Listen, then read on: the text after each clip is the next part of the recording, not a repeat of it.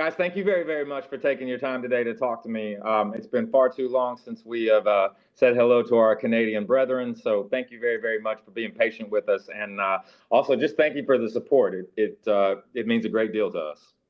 Well, we appreciate your time too. We actually wanted to start by just saying congratulations. We caught up with you on the the carpet, I should say, the red one, at the iHeartRadio Music Awards. And you guys picked up a bunch of hardware. So first off, congrats. And I wanted to ask you, just you've got a lot of hardware, like a lot of trophies in the trophy case or on the cabinet on the wall. I don't know how you display it, Brent, but does the shine come off of this at all, or is it still vindicating and fill you a guy with gratitude? Winning awards like this one. I'll be totally honest with you about it. That is the very first time that we have won an award in our home country. We've been nominated for multiple awards throughout the years, the 2 decades that we've been a band. But I think it meant the most to us winning those 2 awards because it was a radio acknowledgement and the radio built this band. And so it meant a great deal to us to win. Listen, we never walk into a studio and write these songs because we're trying to be famous or we want to win a trophy. We write these songs and we make these records because we have something to say. But at the end of the day, as an artist, to be nominated is really, really, it's awesome. But man, to win it, it's rad. No, man. So like we don't take it for granted. It's really, really cool. And Brent, we're going to stroke your ego again here for a little bit. Please don't. I can't take it.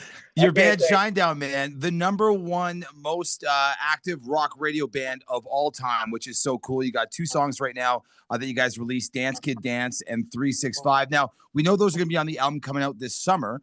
Yep. Are there any surprises you could tell us about this album coming out? Anything that you could say that we could clip this and get all your fans pumped up here in Canada for that new album? Working on a Canadian tour right now, putting the finishing touches on a couple of things. So you're the first ones to hear about that news. The other side of what you asked me as far as the record is concerned, the last 2 records have been conceptual pieces. So what's different about this next record is that this is in the truest sense of the word traditional. And I don't mean to say that like that's a word that's kind of like ooh, if you will, like traditional. All of these songs, it is a complete and utter roller coaster ride of genres, different styles, a lot of evolution, a lot of, we experimented a lot on this record. We kind of pushed the envelope a lot. We were listening to, the last couple of years, I just found myself listening to way more like hip hop and R&B and like soul music. And then I'm late to the Sleep Token bandwagon, and I got completely immersed in that. And just kind of not having any boundaries whatsoever on this next record and really just pushing the envelope in regards to the creativity. So all the songs are going to be different. They're not necessarily linked to one another. And it's kind of all over the map. Brent, I think you're going to like this, man. And I actually wrote this down because I wanted to make sure I got it right. When I was watching Dance Kid Dance on your guys' YouTube channel, the #1 comment right now is from a really young fan of yours. And he says, I'm a 14-year-old boy who got out of depression because of Shinedown. I'm out of depression because of this band. And I wanted to say thank you to Shinedown. I hope one day you guys will read this. And I saw that. And, I think that's just a representation of so many of your fans and so many people that you guys have helped over the years. And this is just a young kid. And I wanted to know, what kind of responsibility do you feel to your fans and sharing your own mental health journey? And how does it feel knowing that your music is literally saving people's lives that listen to you? Well, first of all, that's a powerful thing for anybody to display, that a band had anything to do with helping them with their mental health and helping them with their depression. Look, I will say this.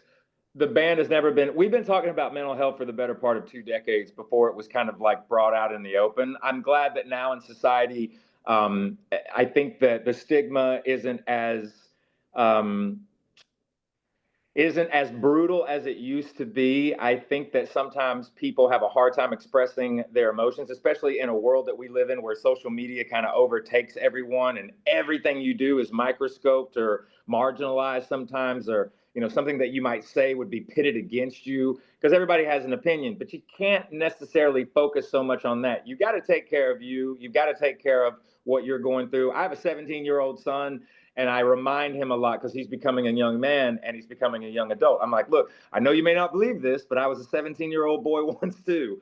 And I know exactly what you're going through right now. There's a lot of changes going on and things are just different. The world is really, can be extremely intimidating. So when it comes to the actual music, we are very connected with the audience, whether they've been a fan of the band from like day one or they're just kind of finding out who we are. The one thing that they know about us is we speak about the music that we write and the songs that we talk about. They're all coming from, you know, very real personal experiences. But I think the authenticity is the number one characteristic of what we do.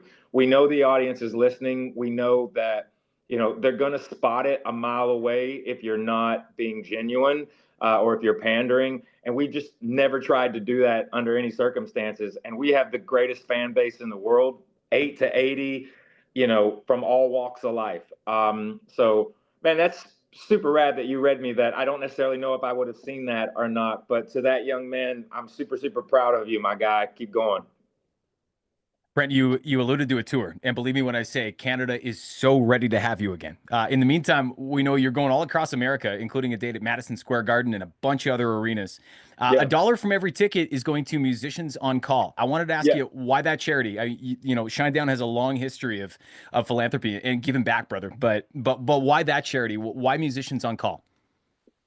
The reason for Musicians on Call was it was such a unique organization where they literally go into hospitals all across the country and they play for the patients, whether, you know, and it can be pediatric, it can be, you know, if you're older or what have you. It's kind of, you know, their whole mission is to kind of go into these facilities where it can be kind of mundane, you know, and the healthcare workers are doing everything that they can to help those patients that are either in treatment. They've got to go into, you know, multiple surgeries. They've had something happen in the family, and all of a sudden the family is, you know, in the hospital and they're there for an extended period of time, and they just come in and they sing and they just try to give the gift of music to lift everyone's spirits. And they're just a really rad organization that makes sure they just keep the mental focus and the mental health on the family, the patient, because music is powerful. And we just wanted to help that organization because it was something unique, and we just wanted to give back. They give back, and, you know, the people that are involved in that, you don't realize the power of music until you walk into a hospital and start playing songs for patients and you just see their faces light up. I told that hashtag Shinedown shares. We were looking at that, Brent, and you know, you got such a long history of giving back, and it reminded me a lot of what Metallica's done with All Within My Hands. How important is it to be giving back like that on the regular? I mean, you're already creating a bond and sharing so much with the music and with the lyrics, you know, and with your words and that connection with the fans. But, you know, how important is giving back amidst all this success?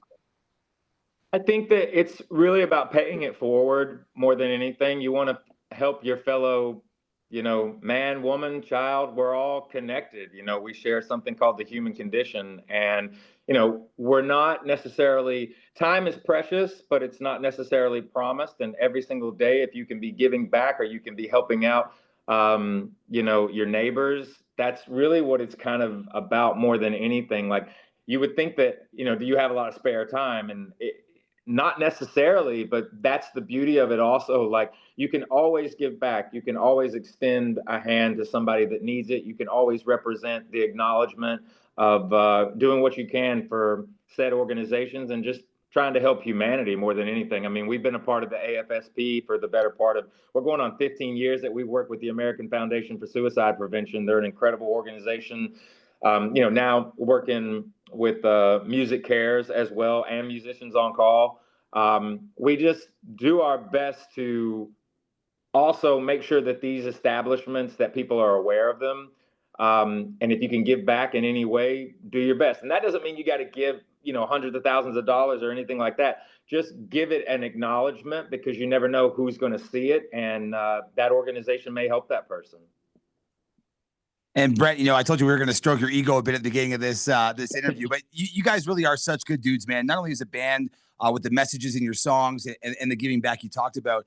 I have a buddy of mine who's got "Fly from the Inside" tattooed on his chest, a lyric of yours, and And I know your music, like we talked about, means a lot to a lot of people. How surreal is it after, all these years and, you putting your heart to that pen to the paper and write these songs to still see, your fans wanting to tattoo the words you came up with on their body forever?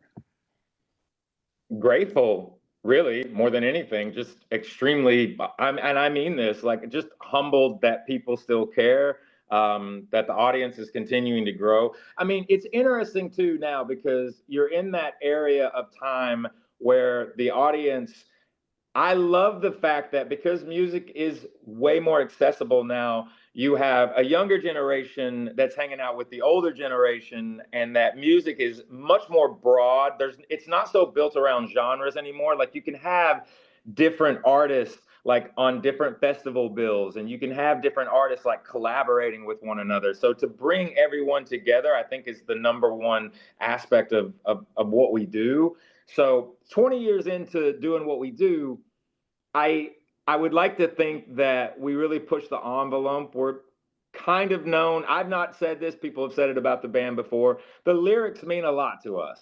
Like, we spend a lot of time on the message of the song. So the band's always kind of been a little cerebral when it comes to that. So the focus is to evolve and to never write the same record over and over again. And you do your best not to write the same song twice. But I'm proud of the last 20 years, but I'm focused on the next 20 years. I feel like where so many people have preached division, Brent, Jesse and I are trying to restore and repair the relationship between Canada and America. So, man, it is a wild time to be alive. It feels like we're living in a South Park episode, honestly. All that to say, what do you love about Canada? I'd love to know, what excites you about coming up here for a tour again, and what do you love about Canada, Canada's rock fans? I'll put you on the spot with that one. We love that you gave us our dear, dear friends in 3 Days Grace.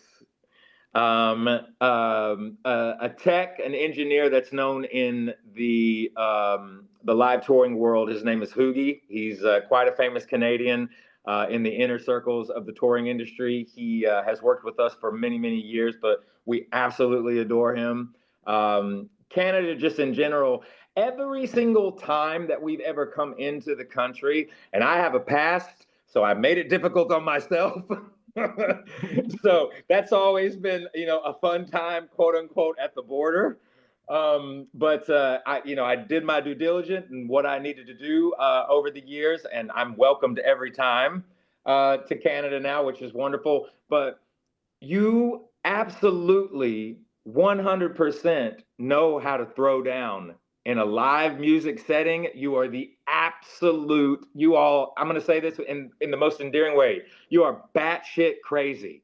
I absolutely love it. It is the most endearing thing in the world to go to Canada, because the crowds are totally going to bring it. Well, Brent, you got some hardware from iHeartRadio. You got a couple new songs out there on the radio. Dance Kid Dance, 365. New album coming out this summer. You just told us for the first time that you guys will be hitting Canada very, very soon on tour. We can't wait for all of that, man. Thank you so much for taking some time and hanging out with us this afternoon. I appreciate you. I was with Mike Kruger the other day, and I told him I was going to tell everybody what's up from Nickelback. So much love and respect to everybody. We'll see you guys and girls soon. Appreciate you.